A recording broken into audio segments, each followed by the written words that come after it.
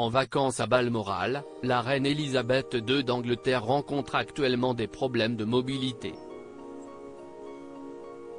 Le 6 septembre prochain, Elisabeth II d'Angleterre devra nommer le nouveau Premier ministre britannique. La nomination pourrait ne pas se faire depuis Buckingham Palace, à Londres. La reine Elisabeth II d'Angleterre est en vacances à Balmoral dans sa résidence d'été. Le 6 septembre 2022, la souveraine de 96 ans devra nommer le successeur de Boris Johnson. Comme le veut la tradition, la nomination d'un nouveau Premier ministre doit se faire à Buckingham Palace. D'après l'article du Mirror du 26 août 2022, cela pourrait ne pas être le cas cette fois-ci.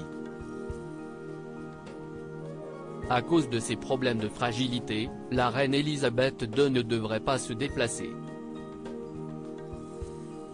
Vraisemblablement, Elisabeth II d'Angleterre fera la nomination de celui qui succédera à Boris Johnson depuis sa résidence d'été à Balmoral, en Écosse. D'après ce qu'a déclaré une source aux médias The Sun, on a conseillé à la mère du prince Charles, prince de Galles, 73 ans, de ne pas faire les 1000 miles d'aller-retour entre Balmoral et Londres. On a maintenant conseillé à la reine de ne pas voyager, a confié la source à The Sun.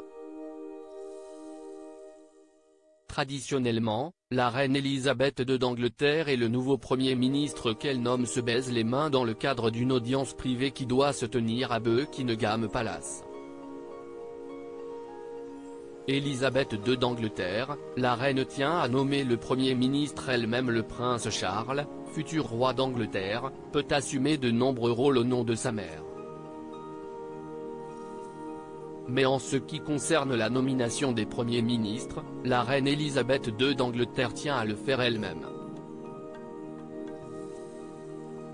Le plan secret qui aurait été élaboré par les fonctionnaires serait ainsi de faire venir le Premier ministre nommé à Balmoral.